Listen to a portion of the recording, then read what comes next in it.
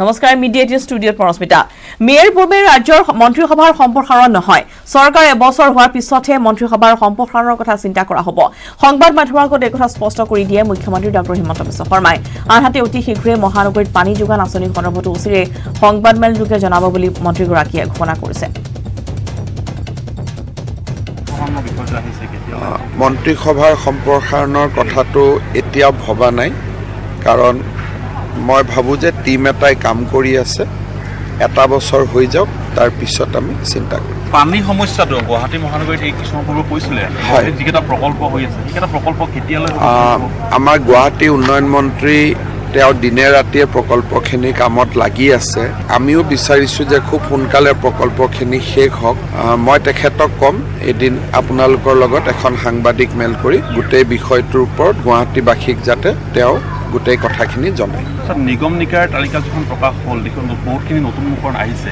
পূৰ্বৰ কামখিনি আমাৰ পূৰ্বতে নিগম নিকায়ৰ লগত জড়িত হৈ থকা বহুত ব্যক্তিয়ে দলীয় দায়িত্ব পাইছে আৰু নিগম নিকায়সমূহতো যাতে এটা নতুনত্ব আহে তাৰ বাবে আমি সকলোৱে চিন্তা কৰি আমাৰ দল মিত্ৰ দল সকলোৰে লগত চিন্তা কৰি এখন নতুন তালিকা বনোৱা হৈছে মোৰ এটাই উদ্দেশ্য থাকিব যে প্ৰতিটো নিগম নিকায় যাতে লাভজনক হয় তাৰ কৰ্মচাৰীসকলে যাতে সম্পূৰ্ণকৈ দৰমহা পাব পাৰে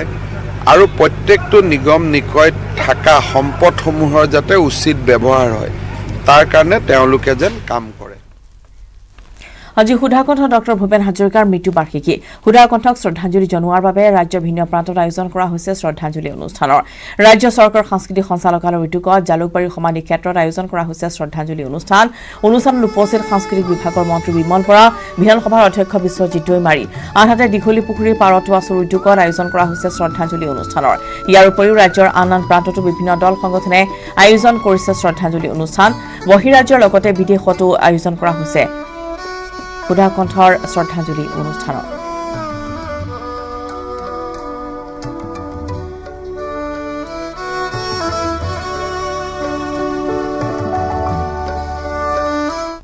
শ্ৰদ্ধাঞ্জলি জনাইছো আৰু ভূপেন্দাৰ প্ৰতিটো শব্দৰ প্ৰতিটো সৃষ্টিয়েই আমাৰ সকলোৰে সাহস আৰু এই প্ৰতিটো শব্দৰ সৃষ্টিৰে আমি বুকুত বান্ধি জাতীয় জীৱনক আমি শক্তিশালীভাৱে আগুৱাই নিব লাগিব সেই প্ৰয়াস গোটেই অসমত অব্যাহত আছে আমি ভূপেন্দাৰ সৃষ্টিৰাজিক বুকুত বান্ধি আগুৱাই নিবৰ কাৰণে কেইবাটাও পৰামৰ্শ আমি আগবঢ়াইছিলোঁ প্ৰথম কথাটো আছিল যে প্ৰজন্মই ভূপেন্দাৰ সৃষ্টিৰাজিক কেনেকৈ আমি আয়ত্ত কৰি আগবাঢ়ি যাব পাৰোঁ তাৰ প্ৰথম প্ৰস্তাৱটো আছিল যে আমাৰ শিক্ষানুষ্ঠানসমূহত ভূপেন্দাৰ পাঠ্যক্ৰমত অন্তৰ্ভুক্ত কৰিব লাগে দ্বিতীয় কথাটো আছিলে ভূপেন্দাৰ সৃষ্টিৰাজি গৱেষণাৰ কাৰণে গুৱাহাটী বিশ্ববিদ্যালয় ডিব্ৰুগড় বিশ্ববিদ্যালয় তেজপুৰ বিশ্ববিদ্যালয় আন বিশ্ববিদ্যালয়ত একোখনকৈ আসন স্থাপন কৰিব লাগে ছাত্ৰ সন্থাৰ এই দুটা দাবী চৰকাৰে মানি লৈছে এতিয়া শিক্ষানুষ্ঠানৰ পাঠ্যক্ৰমত ভূপেন্দাৰ সৃষ্টিৰাজিক অন্তৰ্ভুক্ত কৰিম বুলি কৈছে চৰকাৰে আৰু গুৱাহাটী বিশ্ববিদ্যালয় ডিব্ৰুগড় বিশ্ববিদ্যালয় তেজপুৰ বিশ্ববিদ্যালয় ভূপেন্দাৰ নামত একোখনকৈ আসন স্থাপন কৰিম বুলি কৈছে আমি ভাল পাইছোঁ কিন্তু চৰকাৰে এই সিদ্ধান্তটো অহা শিক্ষাবৰ্ষৰ পৰা কাৰ্যকৰী কৰিবৰ কাৰণে আমি আহ্বান জনাইছোঁ তাৰ লগতে অসমৰ আন বিশ্ববিদ্যালয়টো যাতে ভূপেন্দাৰ নামত আসন স্থাপন কৰে আৰু ভাৰতবৰ্ষৰ মূল বিশ্ববিদ্যালয়সমূহত যাতে ভূপেন্দাৰ নামত একোখনকৈ আসন স্থাপন কৰি গৱেষণাৰ কাম যাতে আগবঢ়াই নিয়ে সদৌ অসম ছাত্ৰ সন্থাৰ তৰফৰ পৰা শ্ৰদ্ধাৰ ডক্টৰ ভূপেন হাজৰিকাদেৱলৈ শ্ৰদ্ধাঞ্জলি জনাইছোঁ তেখেত আমাৰ মাজৰ পৰা নোহোৱা হোৱা 10 বছৰ হ'ল যোৱা 10 বছৰে জাতিয়ে তেখেতক আমি স্মৰণ কৰি আছোঁ আৰু অসমীয়া জাতিক একত্ৰিত কৰি ৰখাৰ বাবে তেখেতে অহোপুৰুষাৰ্থ কৰিছিল উত্তৰ পূৰ্বাঞ্চলৰ প্ৰত্যেকটো জাতি জনগোষ্ঠীক একত্ৰিত হৈ ভৱিষ্যতৰ দিনত উন্নয়নৰ ফালে আগবাঢ়ি যাবৰ কাৰণে স্বপ্ন ৰচিছিল আৰু বিশেষকৈ সাংস্কৃতিকভাৱে অসমীয়া জাতিটোক যথেষ্ট চহকী কৰি থৈ গ'ল এগৰাকী মহান পুৰুষে জাতিৰ স্বাৰ্থত আমি কেইবাটাও দাবী অসম চৰকাৰৰ ওচৰত প্ৰতি বছৰে আমি এই জন্মদিন আৰু মৃত্যুদিনত তেখেতৰ আমাৰ মাজৰ পৰা নোহোৱা হোৱা দিনটোত আমি উত্থাপন কৰি আহিছোঁ বিশেষকৈ ভূপেন হাজৰিকাৰ নামত আমি গুৱাহাটী ৰেলৱে টাৰ্মিনাছটো ঘোষণা কৰাৰ কথা কৈছিলোঁ তো এই সকলো কাম আচলতে এতিয়াও আধৰুৱা হৈ ৰৈছে তেখেতৰ স্মৃতিৰাজিক জীয়াই ৰাখিবৰ বাবে বিশেষকৈ সমাধি ক্ষেত্ৰত এটা মিউজিয়াম লাগে আৰু তাত যাতে ভূপেন হাজৰিকাদেৱক অনুধাৱন কৰিব পাৰে মানুহে অনুভৱ কৰিব পাৰে তাৰ বাবে আহল বহলকৈ হয়, আজি আমাৰ সকলোৰে শ্ৰদ্ধাৰ ভাৰতৰত্ন সুধাকণ্ঠ ডক্টৰ ভূপেন হাজৰিকাদেৱৰ দশম মৃত্যুবাৰ্ষিকী। আজিৰ পৰা এটা দশকৰ পূৰ্বে ভূপেন দাই তেখেতৰ জীৱনৰ নাট সামৰি অনন্ত ধামলৈ গতি কৰিছিলে আৰু তেখেতৰ অমৃত সোঁৱৰণতেই প্ৰত্যেক বছৰেই চৰকাৰৰ উদ্যোগত এই স্থানত তেখেতৰ সমাধি ক্ষেত্ৰত তেখেতক স্মৰণ কৰিবৰ কাৰণে সকলো আমি সমবেত হওঁ। আজিও তেখেতৰ পুণ্য তিথিৰ দিনা আমি সৰ্বধৰ্ম প্ৰাৰ্থনা আৰু বিভিন্ন তেখেতৰ সৃষ্টিসমূহ আমি কিছু প্ৰদৰ্শনৰ জৰিয়তে তেখেতক আমি স্মৰণ কৰিছোঁ। মই ভাবোঁ ভূপেন দাই যি অৱদান সমগ্ৰ মানৱ জাতিটোলৈকে আগুৱাই থৈ গ'ল, ভৱিষ্যত প্ৰজন্মই ভূপেন দাৰ সেই অনুপ্ৰেৰণাৰে সেই সৃষ্টিৰাজিসমূহক চৰ্চা অনুশীলনৰ জৰিয়তে যাতে আমি আৰু অধিক সমৃদ্ধ কৰি আমাৰ জাতীয় জীৱনক সমৃদ্ধ কৰিব পাৰোঁ, এই মুহূৰ্তত মই তাকে আহ্বান। এইটো মৃত্যু দিৱস, এইটো আমাৰ সাংস্কৃতিক সঞ্চালকালয়ৰ পৰা ধুনীয়াকৈ ইয়াত এটা অনুষ্ঠান উদযাপন কৰিছে। এইটো আমাৰ সকলোৰ কাৰণে ভাল যে আজি আমি হাজৰিকা ডাঙৰীয়াক এই অনুষ্ঠানৰ দ্বাৰা সকলোৱে স্মৰণ কৰিছে, ইয়াত আহিছে, শ্ৰদ্ধাঞ্জলি দিছে। আৰু আমি চবে জানো ডক্টৰ ভূপেন হাজৰিকা ডাঙৰীয়া আমাৰ অসমৰ সমাজ জীৱনটোত কি ধৰণৰ অৰিহণা দিছে। অকল অসম বুলি নহয়, দেশ বিদেশ চবতে চবৰ কাৰণে, মানৱ জাতিৰ কাৰণে তেওঁ এটা বহুত ডাঙৰ কণ্ট্ৰিবিউশ্যন তেখেতৰ জীৱনটোত দি গৈছে। তেখেতৰ সংগীতৰ দ্বাৰা তেখেতে বহুখিনি কথা সেইটোৱেই দি মানুহক মেছেজ দিছে, আৰু যিটোৰ দ্বাৰা আমাৰ ব্যক্তিগত জীৱনৰ পৰা সমাজ জীৱন আৰু দেশ গঢ়াৰ ক্ষেত্ৰতো নিজক সুবৰি ল'ব পাৰে। তেনেকুৱা এজন মহান ব্যক্তি। গতিকে আজি ইয়াত ময়ো ভাগ লৈ পেলাই ভাল পালোঁ। আজি এই পবিত্ৰ ক্ষণত মই ভূপেন দালৈ মোৰ গভীৰ শ্ৰদ্ধাঞ্জলি জ্ঞাপন কৰিছোঁ। তেখেতৰ শ্ৰীচৰণত মূৰ দুৱাই আশীৰ্বাদ বিচাৰিছোঁ, কাৰণ তেখেতে কেৱল অসমৰে নহয়, ভাৰতৰে নহয়, বিশ্বৰ বুকুত মানৱতা প্ৰতিষ্ঠা কৰি গৈছে। তেখেতৰ গীতেৰ যোগেদি, তেখেতৰ সুৰেৰে, তেখেতৰ সৃষ্টিশীল পদক্ষেপৰ যোগেদি আজি বিশ্ববাসীক তেখেতে উল্লেখযোগ্য অৱদান আগবঢ়াই গৈছে। মানুহে মানুহৰ বাবে মানৱীয় অনুভূতিৰে কাম কৰাৰ তেখেতে অনুপ্ৰেৰণা দি গৈছে মানৱ সমাজক। গতিকে মই ভূপেন দালৈ মোৰ গভীৰ শ্ৰদ্ধাঞ্জলি জনোৱাৰ লগতে আগন্তুক দিনত আমিও যাতে দেশৰ হকে সততা নিষ্ঠাৰে কাম কৰিব পাৰোঁ তাৰ কাৰণে আশীৰ্বাদ বিচাৰিছোঁ। আৰু তেখেতৰ আত্মাই চিৰশান্তি লাভ কৰক। ঈশ্বৰৰ কোলাত সদায় যেন ভূপেন দাই সজীৱ হৈ থাকে, তাৰ বাবে মই ঈশ্বৰৰ ওচৰত প্ৰাৰ্থনা জনাইছোঁ। আৰু লগতে আপোনালোকে জানে মাননীয় প্ৰধানমন্ত্ৰী নৰেন্দ্ৰ মোদী ডাঙৰীয়াই ভূপেন দাক মৰণোত্তৰভাৱে দেশৰ সৰ্বোচ্চ অসামৰিক সন্মান ভাৰতৰত্ন প্ৰদান কৰিছিল। আৰু সেইবাবে মই মাননীয় নৰেন্দ্ৰ মোদী ডাঙৰীয়ালৈ, প্ৰধানমন্ত্ৰী ডাঙৰীয়ালৈ আন্তৰিক কৃতজ্ঞতা জ্ঞাপন কৰিছোঁ। আৰু নিশ্চিতভাৱে ভূপেন দাৰ বাবে আমি কৰিব লগা বহুত আছে, আমি কৰি যাবই লাগিব। গতিকে আমাৰ ভৱিষ্যতৰ পৰিকল্পনা আছে। Thank U.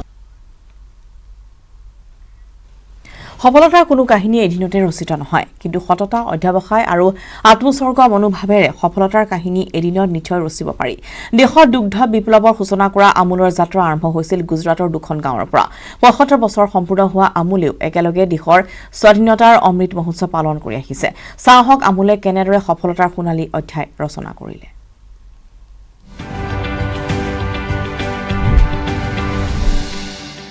अमूल अपने सदस्य संघों और देशवासियों की सेहत का ख्याल तो रखता ही है, साथ ही दुधारू पशुओं की सेहत का भी उसे पूरा ध्यान है। 2015 में तत्कालीन राष्ट्रपति प्रणब मुखर्जी ने अमूल के पूरी तरह ऑटोमेटिक कैटल फीड प्लांट का उद्घाटन किया। जाहिर है कि क्वांटिटी के साथ क्वालिटी भी होनी चाहिए, इसलिए जरूरी है कि पशुओं को अमूल कैटल फीड प्लांट में बना ऐसा चारा मुहैया कराया जाए जिसे खाने से वो पूरी तरह सेहतमंद रह सकें। अमूल का यही नजरिया उसे अलग बनाता है।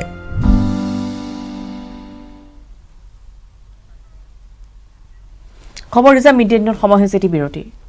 উভতিছো বাটৰ মাছলৈ। নুমলীগড়ত হাতীৰ আক্ৰমণত মহিলা নিহত। নুমলীগড়ৰ বগীধলা চাহ বাগিচাত বন্যহস্তীৰ উপদ্ৰৱ। নিশা হাতীৰ আক্ৰমণত এগৰাকী মহিলাৰ কৰুণ মৃত্যু হৈছে। নিহত মহিলাগৰাকীৰ নাম হৈছে হেলেনা তিৰ্কি। হাতীয়ে ভাঙি লণ্ডভণ্ড কৰিলে মহিলাগৰাকীৰ ঘৰ। বৰ্তমান জনাইছো নুমলীগড়ত হাতীৰ আক্ৰমণ আৰু হাতীৰ আক্ৰমণত ইতিমধ্যে ঘৰ বাৰী হেৰুৱাই পেলাইছে এগৰাকী মহিলাই আৰু নিহত হৈছে হাতীৰ আক্ৰমণত। নুমলীগড়ৰ বগীধলা চাহ বাগিচাত বন্যহস্তীৰ উপদ্ৰৱ আৰু এগৰাকী মহিলাৰ মৃত্যু হৈছে কৰুণভাৱে। নিহত মহিলাগৰাকীৰ নাম হৈছে হেলেনা তিৰ্কি। হাতীয়ে লণ্ডভণ্ড কৰে মহিলাগৰাকীৰ ঘৰ।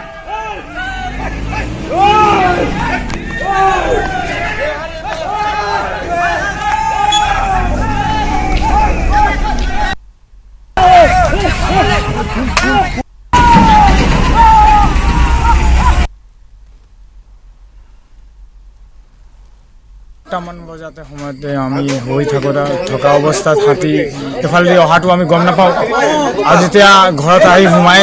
যেতিয়া ভাঙিছে সেই সময়ত আমি আহাৰ পাই একদম মানে চিঞৰ বাখৰ শুনি টৰ্চ মাৰিছোঁ কিন্তু তেতিয়ালৈকেতো ঘৰ ভাঙি তেতিয়ালৈকেতো ডেথে হৈ গ'ল মানে তেতিয়ালৈকে আমি আহিছোঁ তথাপি হাতী এনেকৈ খেদিছে মানে আমি টৰ্চ মাৰিব পৰাই নাই মানে এই ধৰণৰ মানে অৱস্থা হৈছে মানে এটা মানুহ মাৰিলে এতিয়ালৈকে 3টা মানুহ মাৰিছে বন বিভাগক মই এইটো অধিকাৰ দিছোঁ তেওঁবিলাকে যাতে টংগী এখন দিয়ে আৰু এই টৰ্চৰ ব্যৱস্থা কৰি দিয়ে আৰু সেই টংগীত যাতে ফৰেষ্ট ডিপাৰ্টমেণ্টে থাকিব লাগিব তাত আৰু তেনেধৰণে যদি নাথাকে আমাৰ তেনেকৈ এই জেগাডোখৰ সদায় মানুহ মাৰি আছে তেনেকৈ কৰি আজি 3টা মানুহ মাৰিছে দীপাৱলীৰ আনন্দৰ মাজতে নুমলীগড়ৰ মুহুৰামুখ 1 নং গৰৈমাৰীত চাঞ্চল্যকৰ ঘটনা মাৰপিটৰ ঘটনা কেন্দ্ৰ কৰি উত্তপ্ত পৰিস্থিতিৰ সৃষ্টি হয় মাৰপিটৰ এজন যুৱকৰ মৃত্যু হৈছে বৃহস্পতিবাৰে সন্ধিয়া সীমান্ত হাজৰিকা নামৰ এজন যুৱকে তেওঁৰ দোকানৰ সমীপতে দোকান দিয়া আন এজন মাছ বেপাৰীক মাৰপিট কৰাৰ ঘটনা কেন্দ্ৰ কৰি এক উত্তপ্ত পৰিস্থিতিৰ সৃষ্টি হয় ইয়াকে লৈ অঞ্চলটোৰ একাংশ পুৰুষ মহিলাই উত্তেজিত হৈ সীমান্ত হাজৰিকা নামৰ যুৱকজনৰ দোকানখন ভাঙি লণ্ডভণ্ড কৰে ঘটনাস্থলীত কমাৰগাঁও আৰক্ষী উপস্থিত হৈ পৰিস্থিতি নিয়ন্ত্ৰণ কৰিবলৈ চেষ্টা অব্যাহত ৰখাৰ সময়তে পুনৰ অঞ্চলটোত উত্তেজনা বৃদ্ধি পোৱাত কমাৰগাঁও আৰক্ষীয়ে খুমটাই ডেৰগাঁও বোকাখাট আৰক্ষীৰ সহায় বিচাৰি যোগাযোগ কৰে ঘটনাস্থলীত সকলো থানাৰ আৰক্ষী উপস্থিত হোৱাৰ উপৰিও বোকাখাট মহকুমাৰ দণ্ডাধীশ উপস্থিত হৈ অৱশেষত পৰিস্থিতি নিয়ন্ত্ৰণ কৰে কিন্তু দুৰ্ভাগ্যজনকভাৱে আৰক্ষীৰ এটা দলে কিছু সময় পিছতেই সীমান্ত হাজৰিকা নামৰ যুৱকজনৰ মৃতদেহ ওচৰৰ এটা পৰিত্যক্ত পুখুৰীত উদ্ধাৰ কৰে মৃতদেহটো আঘাতৰ চিন স্পষ্ট ইতিমধ্যে মৃতদেহটো উদ্ধাৰ কৰি আৰক্ষীয়ে মৰণোত্তৰ পৰীক্ষাৰ বাবে গোলাঘাটলৈ প্ৰেৰণ কৰিছে বৰ্তমান ঘটনা সন্দৰ্ভত তদন্তকাৰী আৰক্ষী অনুসন্ধান অব্যাহত ৰাখিছে 1 নং গৰৈমাৰী কমাৰগাঁও থানাৰ অন্তৰ্গত তাত আমাৰ সীমান্ত হাজৰিকা গাঁৱৰে নিবাসী তেওঁ সিখন গাঁৱৰে এজন নিবাসীক মাৰপিট কৰাৰ সংক্ৰান্তত দুই পক্ষৰ মানে সিখন গাঁৱৰে যিজনক মাৰিলে তেখেতে আহি তেওঁলোকক এটেক কৰা তেনেকুৱা এটা হুলস্থুলীয়া পৰিৱেশ সৃষ্টি হোৱাৰ পৰিৱেশিতত এতিয়া আমি তেওঁক বিচাৰি যোৱাত ইয়াতে এখন কি গাঁও 1 নং গৰৈমাৰীতে পুখুৰী পাৰত তেখেতৰ ডেড বডি এটা ওলাই ইনকুৱেষ্ট কৰি পেলাই বডিটো পোষ্টমৰ্টমৰ কাৰণে দিয়া হ'ব পোষ্টমৰ্টম আৰু তাৰ পাছত পুলিচে তদন্ত কৰি পেলাই কেছৰ যিটো প্ৰক্ৰিয়া আছে এইটো আগবাঢ়ি যাব আৰু বডিটো আপোনাৰ ক'ৰ পৰা উদ্ধাৰ কৰিছে বৰ্তমান বডিটো এতিয়া হয় পুখুৰী এটা আছিলে এই ঘৰৰ পিছপিনে এই পুখুৰীৰ পৰা উদ্ধাৰ কৰিছোঁ বডিটো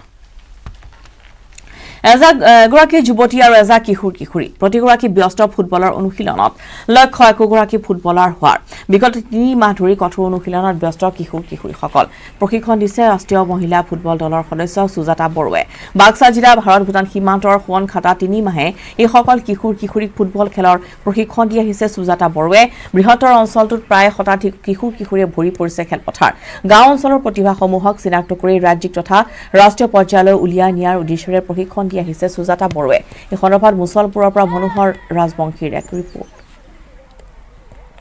বাক্সা জিলাৰ ভাৰত ভূটান সীমান্তৰ সোৱনকটাৰ খেলপথাৰত আৰু এই খেলপথাৰতে এগৰাকী মহিলাই ইতিমধ্যে এই সোৱনখাটা অঞ্চলত একাংশ যুৱতী আৰু কিশোৰীক তেওঁ ফুটবলৰ প্ৰশিক্ষণ দি আছে প্ৰথমতে সুজাতা বৰুৱাৰ পৰা মই কিছু কথা জানিব বিচাৰিম তুমি কেতিয়াৰ পৰা ফুটবলৰ লগত জড়িত হ'লা আৰু কেনেদৰে নেশ্যনেললৈকে গ'লা মই 2014ত মই ষ্টাৰ্ট কৰিছিলোঁ ফুটবলৰ তাৰপিছত মই চাই হোষ্টেলত গৈছিলোঁ কোকৰাঝাৰ চাই হোষ্টেল তাৰ পৰা মই চাই হোষ্টেলত থাকি মই নেশ্যনেল খেলিছোঁ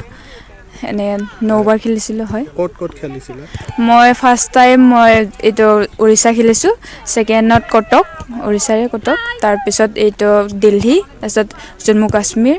তাৰপিছত বাকীখিনি ইমান মনত নাই এতিয়া তুমি বৰ্তমান যিসকলক ইয়াত প্ৰশিক্ষণ দি আছা কিমানগৰাকী কিশোৰী বা যুৱতী আছে আৰু ল'ৰা ছোৱালী কিমান ছোৱালী বৰ্তমান 45 আছে আৰু ল'ৰা 50 আছে ছিনিয়ৰ জুনিয়ৰ টোটেলি মিলাই তেওঁলোকক লৈ ভৱিষ্যত পৰিকল্পনা কি যিমানখিনি মই আগৰ্হিত যিমানখিনি আগবাঢ়ি গৈছোঁ যাতে সিহঁতকো নিব পাৰে যিহেতু উত্তৰ অঞ্চলত ইমানখিনি ছোৱালী নাই বা নাছিলে মই ভাবিছোঁ যে মই যিমানখিনি আগৰ্হিত হৈ গৈছিলোঁ সিহঁতকো ভাবিছোঁ যেনে লাভলীনা বৰগোহাঁই দুৰ্গা বড়ো হলিচৰণ নাযায় সিহঁতৰ দৰেকৈ আগবাঢ়ি যাব পাৰে যেন মই সেইটোকে কামনা কৰিছোঁ মোৰ ফালৰ পৰা হয় মোৰ লগত দুগৰাকী প্ৰশিক্ষাৰ্থী আছে মই তেওঁলোকৰ পৰা জানিব বিচাৰিম কি ক'বা প্ৰশিক্ষণ লৈ আছা তোমালোকে ইয়াত ট্ৰেইনিং লৈ আছা ট্ৰেইনিংটো ভালে চলি আছে আমাৰ আৰু মেমক ভালকৈ শিকায় আৰু এতিয়ালৈকেতো চব ঠিকে আছে ভৱিষ্যতে পৰিকল্পনা কি আছে ভৱিষ্যত এটা ভাল ফুটবলাৰ হ'ব বিচাৰোঁ ইয়াত কেতিয়াৰ পৰা প্ৰশিক্ষণ লৈ আছে 2 মাহ অকণমান বেছি হৈছে 2 মাহ খেল খেলিছানে নাই ক'ৰবাত খেলিছোঁ এতিয়া চবনকাটাত একবাৰ ফ্ৰেণ্ডশ্বিপ মেটচ আৰু পাৰ্কিজুলিত একবাৰ টুৰ্ণামেণ্ট খেলিছোঁ হয় যেহেতু এই অঞ্চলত খেলা ধূলাৰ প্ৰতি মানুহৰ আগ্ৰহ কম আছিল আৰু তেওঁ এই অঞ্চললৈ আহি এই অঞ্চলৰ যিসকল যুৱক যুৱতী আছে সকলোকে লৈ ইয়াত ভৱিষ্যতে এক ভাল ক্ৰীড়াৰ ক্ষেত্ৰত এটা অঞ্চল গঢ়ি তোলাৰ বাবে তেওঁ আগবাঢ়ি আহিছে সুণলি হৈ পৰা ধাননি পথাৰখনত ব্যস্ত হৈ পৰিছে দাৱনীসকল গাঁৱৰ পৰম্পৰা অনুসৰি লখিমী খেৰিৰে আৰম্ভ কৰিছে ধান কটা পৰ্ব তিনিচুকীয়া জিলাৰ ডিগবৈ মামৰণি গাঁৱৰ ধাননি পথাৰ দৃশ্য দাৱনীসকলে লখিমী আই খেৰিৰে সোণগুটি ধাননিৰ ঠোক কাটিছে ধাননি পথাৰত ধান কাটি থকাৰ মাজতেই সুখৰ হাঁহিৰে যেন ভাগৰ নাইকিয়া কৰিছে দাৱনীহঁতে পথাৰৰ মাজতে ৰবাব টেঙাৰো জুতি লৈছে দাৱনীসকলে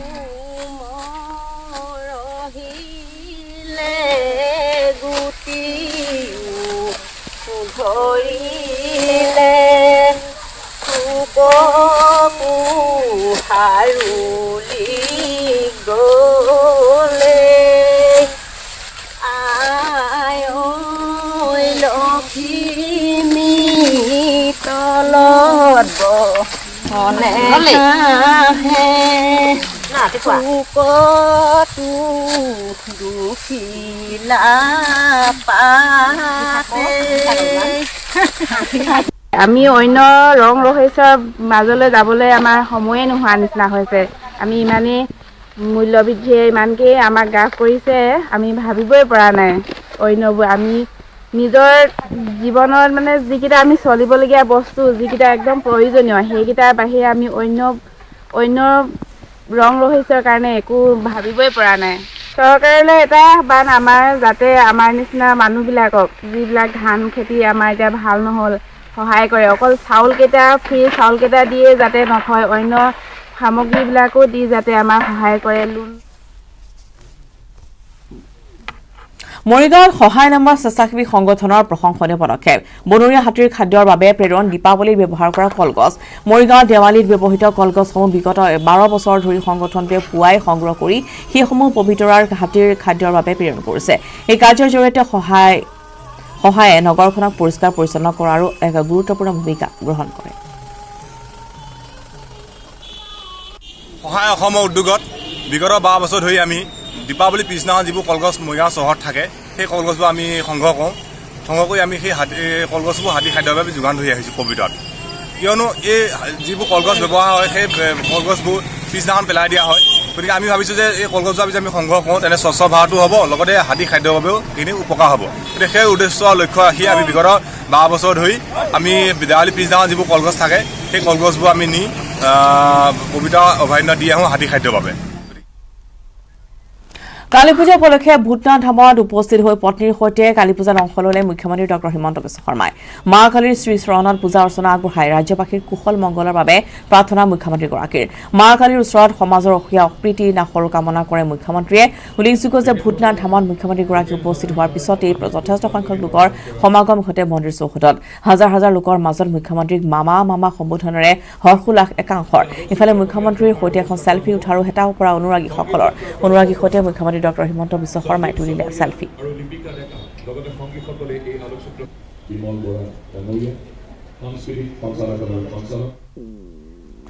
আমেৰিকাৰ হোৱাইট হাউচত ৰাষ্ট্ৰপতি জো বাইডেনৰ দীপাৱলী পালন বন্তি জ্বলাই দীপাৱলী পালন কৰে বাইডেন দম্পতীয়ে দীপাৱলী উপলক্ষে হিন্দু শিখ জৈন আৰু বৌদ্ধ ধৰ্মাৱলম্বী লোকসকললৈ শুভেচ্ছা তেওঁ জ্ঞাপন কৰে